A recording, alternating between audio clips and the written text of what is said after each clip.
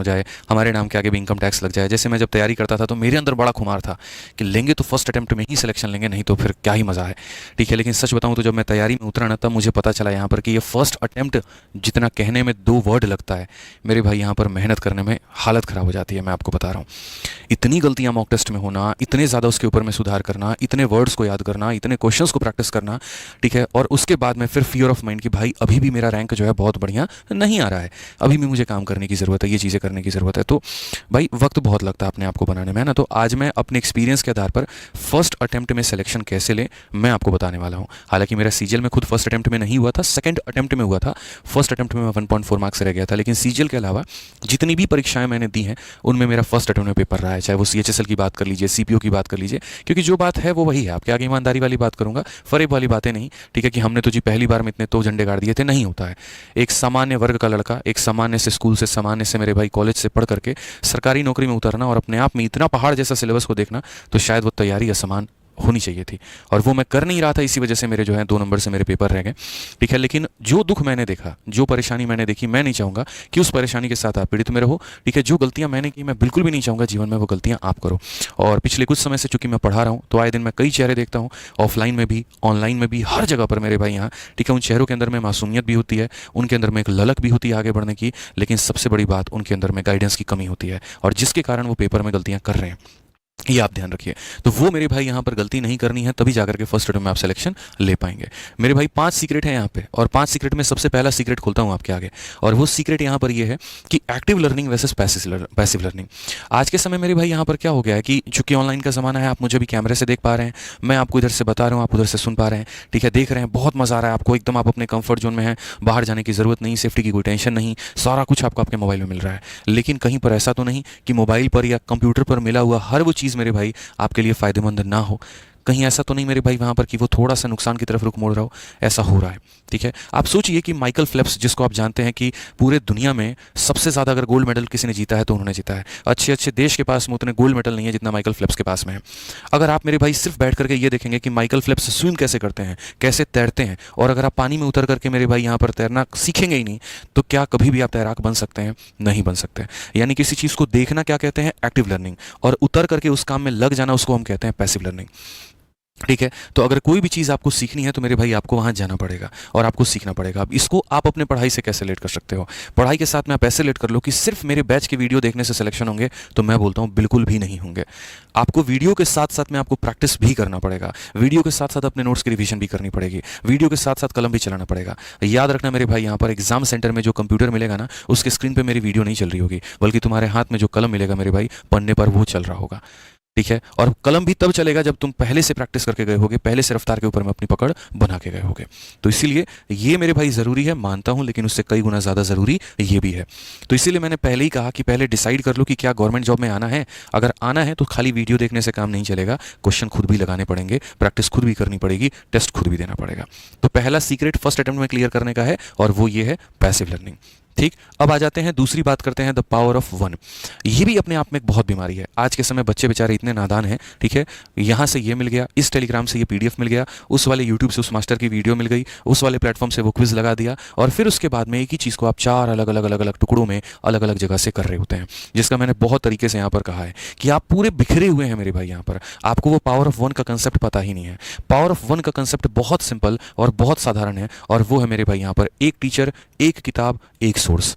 Simple सी बात है कि आप पहले पूरी तरीके से उस टीचर के दिमाग में जितना है, उसके पास जितने कंसेप्ट हैं, उससे सीख लो, उसको निचोड़ लो मेरे भाई पूरी तरीके से। फिर उस किताब के अंदर में जितना ज्ञान है आप उसको पूरी तरीके से निचोड़ लो, और उस मॉक के अंदर में जितनी जानकारी है उसको पूरी तरीके से निचोड़ लो। जब आप पूरी तरीके से निचोड़ने का मेरे भाई यहाँ पर काम करते हो, तो छोटे मोटे जो चीज़ें होती हैं, जो भटकाव होता है, जो परेशानियाँ होती हैं, वो ऑटोमेटिक आपकी खत्म हो जाती हैं, ऑटोमेटिक मेरे भाई यहाँ पर खत्म हो जाती हैं। तो पहली बात यहाँ पर हमें आना है पावर ऑफ वन पे, ठीक है। जिस तरीके से मेरे भाई हम किसी एक ईश्वर को मान करके उनके अपने आप को हवाले उनके कर देते हैं कि जब हम अपने आप को आपके हवाले कर चुके हैं, अब जो भी अच्छा होगा बुरा होगा वो आप देखना, हम तो जी प्रभु समर्पित कर चुके हैं आपको। उसी तरीके से मेरे भाई आप पहले डेमो जितने लेने हैं ले लो, जितने टीचर्स के मेरे भाई वीडियो देखने हैं पहले देख लो। जब एक बार डिसाइड कर लो कि ये वो टीचर हैं जिनका मुझे समझ में आता है, जिनका मुझे पढ़ने में समझ में आता है, आप फिर उसके बाद में उनको फॉलो करो, और वो किसी भी विषय में हो।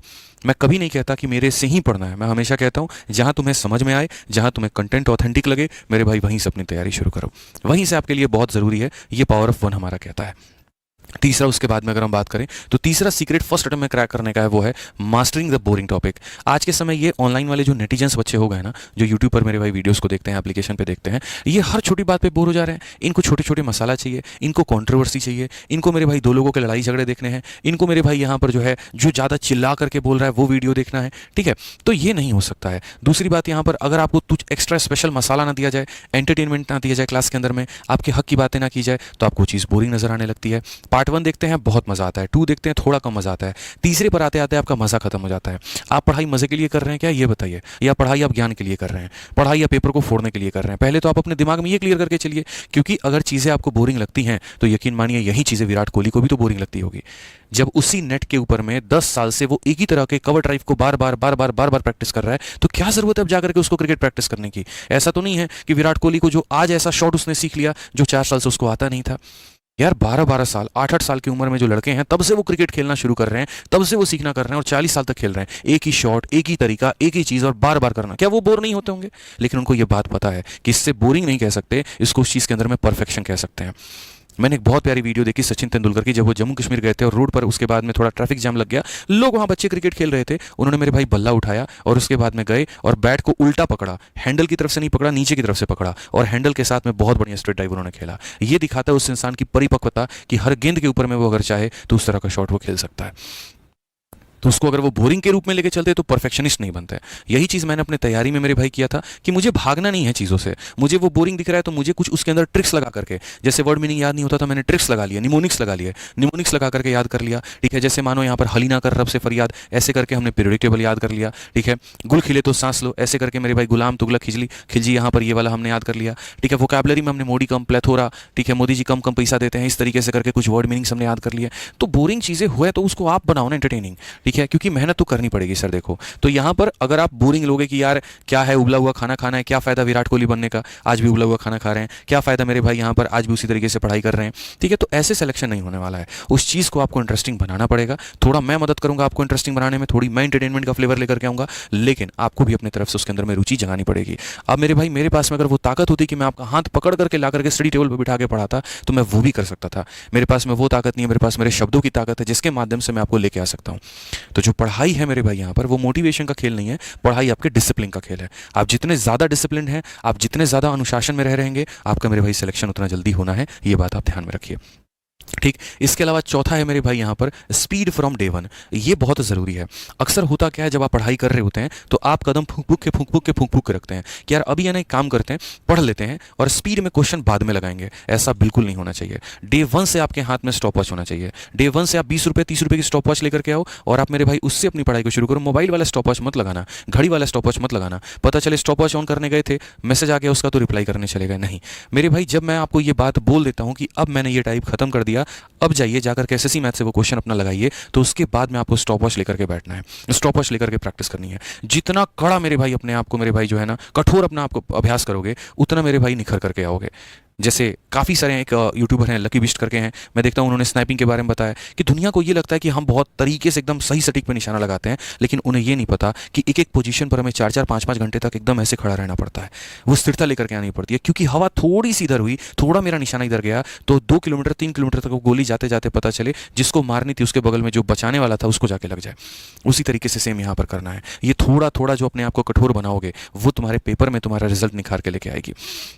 ये बहुत ज़रूरी है अपने आप में ये लेकर के आना। और पांचवा जो सीक्रेट है मेरे भाई आपके सिलेक्शन का, वो मेरे भाई बहुत महत्वपूर्ण है, और वो है मेरे भाई यहाँ पर ये कि don't study the history, study the trend. मेरे भाई यहाँ पर होता क्या है कि जैसे मैंने अभी आज सुबह एक वीडियो बनाई जिसके अंदर मैंने बाकायदा ये दिखाया कि देखो मेंस के सारे क्वेश्चन हमने ऑलरेडी अपने बैचेस में पढ़ा दिए थे।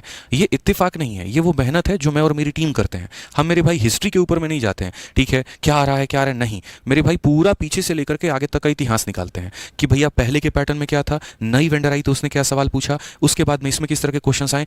मार्केट में 100 तरह की बातें लोग कर देते हैं, लेकिन उसके बाद भी मैं अपने कदम को हिलाता नहीं हूं। मुझे पता है मेरे भाई क्या जरूरत है। 5000 क्वेश्चन 10,000 क्वेश्चन करा करके मैं ये कहूं कि सारा क्वेश्चन तो जी देखो शीट से आ गया, तो वो मेरी सफलता नहीं है। मेरी सफलता कई बार इस बात पर साबित हो जाती है कि 45 दिन का मैं यूट्यूब पर मैराथन लेकर के आ रहा हूं और उसके बाद एक बच्चा जाकर के पेपर दे करके आकर के ये कहता है कि सर पूरे क्वेश्चन जो है वो मैराथन से थे। लिमिटेड कंसेप्ट्स, लिमिटेड मेरे भाई क्वेश्चंस, और उनकी मेरे भाई गहराइयों तक जा करके मैं आपको पढ़ा देता हूं। और एक ही वीओडी बैच के साथ में या एक ही चैंपियंस बैच के साथ में वो बच्चा अपना प्रीलिम्स भी दे देता है और मेंस भी दे देता है और दोनों में टॉप स्कोर लेकर के आता है, वो मेरी जीत होती है। लेकिन ये ऐसे नहीं होता। जब मैंने कलम पहली बार पकड़ा था इस एसएससी के सेगमेंट को पढ़ाने के लिए, तो उसके बाद मैंने बहुत तरीके से बार बार, मैं हर एक क्वेश्चन मुझे याद होता है प्रीवियस ईयर का, ये वाला किस एग्जाम में पूछा गया, कितनी बार पूछा गया, लास्ट टाइम कहां पर आया था। और इसी वजह से मेरे भाई यहाँ पर जब कल मेंस का क्वेश्चन आया ना 30 सवाल, मुझे एक एक जर्रा जर्रा पता था कौन से बैच में, कौन सी क्लास में, कौन से पीडीएफ में जाकर के वो क्वेश्चन कहाँ मिलेगा, और 2 घंटे के अंदर में मैंने वो पीपीटी तैयार की थी। तो आज यहाँ पर इस दिमाग के अंदर में 1 लाख से ज़्यादा सवाल हैं और बढ़िया तरीके से स्टोर हैं, मैथ्स के, बाकी सब्जेक्ट के भी, क्योंकि पब्लिकेशन पर भी आए दिन मैं काम करते रहता हूँ, बुक्स में लिखते रहता हूँ, तो मुझे सारी चीज़ें पता होती हैं। और जब पता होती है वहाँ पर ना, तो मैं उस ट्रेंड को पकड़ता हूँ कि भैया क्वेश्चन कहाँ से पूछा जा रहा है। फालतू का नौटंकी नहीं, फालतू का हवाबाजी नहीं, फालतू का ड्रामा सीन क्रिएट करना नहीं। देखो ये तुम्हारा ट्रेंड है, मैंने पूरा स्कैन मार लिया है, इसके आधार पर तुम्हें ये पढ़ करके जाना है, जाओ हंसते खेलते पेपर देकर आना, आकर के सीधा ये बात कहोगे सर जो पढ़ाए थे क्वेश्चन वहीं से आया। आपको भी सेम काम करना है। गणित तो मैं संभाल लूंगा, लेकिन बाकी विषयों के ऊपर में आपको मेरे भाई अपनी ये जिम्मेदारी निभानी है। ठीक है, तो पहले बताओ मुझे कि क्या यहाँ पर तुम लोगों का ये जो 5 जो तरीका मैंने बताया वो आपको क्लियर हुआ कि नहीं हुआ, हाँ या ना, पहले ये बताइए। क्या आप इस 5 सीक्रेट से सहमत हैं कि नहीं, आप मुझे ये बताइए। ठीक है, सहमत है मेरे भाई यहाँ पर, बहुत बढ़िया। अगर ये 5 तरीकों से सहमत है तो आप ये मान करके चलिए कि अब आपकी जो ज़मीन है वो फर्टाइल हो चुकी है। आप बढ़िया तरीके से मेरे भाई जो है वो प्रिपेयर कर चुके हैं अपने आप को कि हाँ भाई, मतलब डिसाइड कर चुके हैं कि हाँ भाई मुझे गवर्नमेंट जॉब की तैयारी करनी है कि नहीं करनी है। अब अगर तैयारी करने का मन बना रखे हैं तो मेरे भाई आपको फिर वही बात है, 1 टीचर 1 बुक 1 सोर्स, ये सारा सारा फॉलो करना पड़ेगा। अपने अंदर वो डिसिप्लिन लेकर के आनी पड़ेगी, अपने अंदर वो पैसिव